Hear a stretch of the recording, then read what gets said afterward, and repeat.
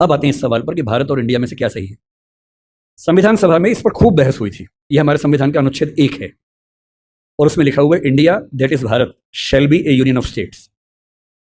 बड़ी इंटरेस्टिंग बात है कि उस समय डिबेट थी कि भारत का नाम भारत रखें या इंडिया रखें। कुछ लोगों ने आर्यव्रत भी कहा, आर्यव्रत कहा, कुछ ने हिंदुस्तान कहा, सब नाम चले। अंत में सहमति बनी कि नहीं, भारत और इंडिया ही ठीक है। नेहरू जी ने खुल के तो नहीं, पर नेहरू जी के पर्सपेक्टिव से जो बात वहां पर ज्यादा आई वो ये थी कि हमारे संविधान के बनने की प्रक्रिया में जो बहुत सारे एक्ट थे जो अंग्रेजों ने बनाए थे, जैसे इंडिया इंडिपेंडेंस एक्ट 1947 का है, 1935 का एक्ट था, उन सब में इंडिया का इस्तेमाल था। उस समय के भारत की तरफ से जो समझौते अंतर्राष्ट्रीय थे उन सब में इंडिया नाम था।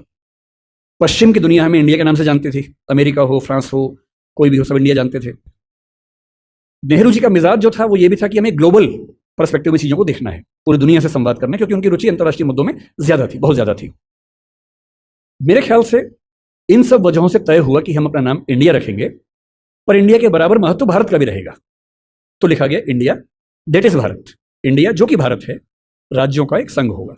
4 दिन पहले की बात है, मैं हॉलैंड में एक टैक्सी में बैठा हुआ था। इंटरेस्टिंग बात सोच के देखिए, टैक्सी का ड्राइवर मोरक्को का रहने वाला था। उसको जैसे ही पता लगा मैं भारत से हूं, उसने मुझसे यही सवाल पूछा। उसने कहा कि यू आर फ्रॉम इंडिया? मैंने कहा yes. We are listing to a debate India और Bharat, what do you think? मैं बड़ा चकित कि ये मोरक्को का आदमी हॉलैंड में रहता है, इसके मन में ये सवाल आ रहा है। तो मैंने कहा कि ये तो राजनीतिक कारणों से हुआ है, लेकिन बात अपने आप में सही है। मैंने कहा जैसे बॉम्बे मुंबई हुआ, मुझे खुशी हुई, क्योंकि मुंबई की आबादी के लिए मुंबई में जो मजा है वो बॉम्बे में नहीं है। बॉम्बे तो अंग्रेजों ने नाम दिया था। कोलकाता को कलकत्ता अंग्रेजों ने किया, तो बंगाल के लोगों ने कोलकाता कर दिया उसको। दिल्ली को दिल्ली के लोगों ने दिल्ली कर दिया, दिल्ली बना के रखा हुआ है, DILLI। ये होना चाहिए, कहे कि दिल्ली भाई, हम क्यों दिल्ली बोलेंगे दिल्ली को? ये सारे तर्क अगर सही हैं, अगर बर्मा का नाम म्यांमार होना सही है क्योंकि उनकी जनता की आवाज तो म्यांमार में है, बर्मा में नहीं है। श्रीलंका और सीलोन की डिबेट में वो अपने आप को सीलोन ना मानना चाहिए, श्रीलंका मानना चाहें, क्योंकि उनकी भाषा श्रीलंका बोलती है। तो मेरे मन में सवाल बड़ा साफ आता है कि भारत इंडिया क्यों होना चाहिए। मैं फिर स्पष्ट कर दूं, मैं सरकार के पक्ष में नहीं बोल रहा हूं, मुझे उनसे रत्ती भर मतलब नहीं, मैं एक विचार की बात कर रहा हूं। और मैं जब संविधान पढ़ाया करता था, अनुच्छेद 1 पढ़ाते हुए मैं हमेशा बोलता था कि मुझे चुभन होती है ये पढ़ते हुए कि इंडिया दैट इज भारत। दोनों ही लिखने थे तो भारत दैट इज इंडिया कर देते। अगर दोनों ही लिखने थे, ठीक है, दोनों रखें, क्या दिक्कत है?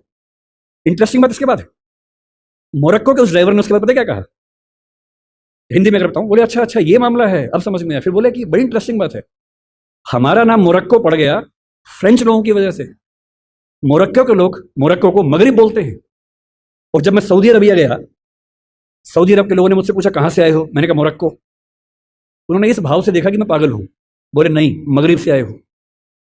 अगर मगरिब की आबादी खुद को मगरिब कह के खुश है तो उसे फ्रेंच लोगों की वजह से मोरक्को क्यों कहा जाए? इंडिया शब्द वेस्ट ने दिया और बुरे भाव से दिया। उनकी नजर में इंडियन होने का मतलब है बहुत पिछड़ा हुआ होना, रेड इंडियंस, वेस्ट इंडियंस। तो आज ये क्यों हुआ?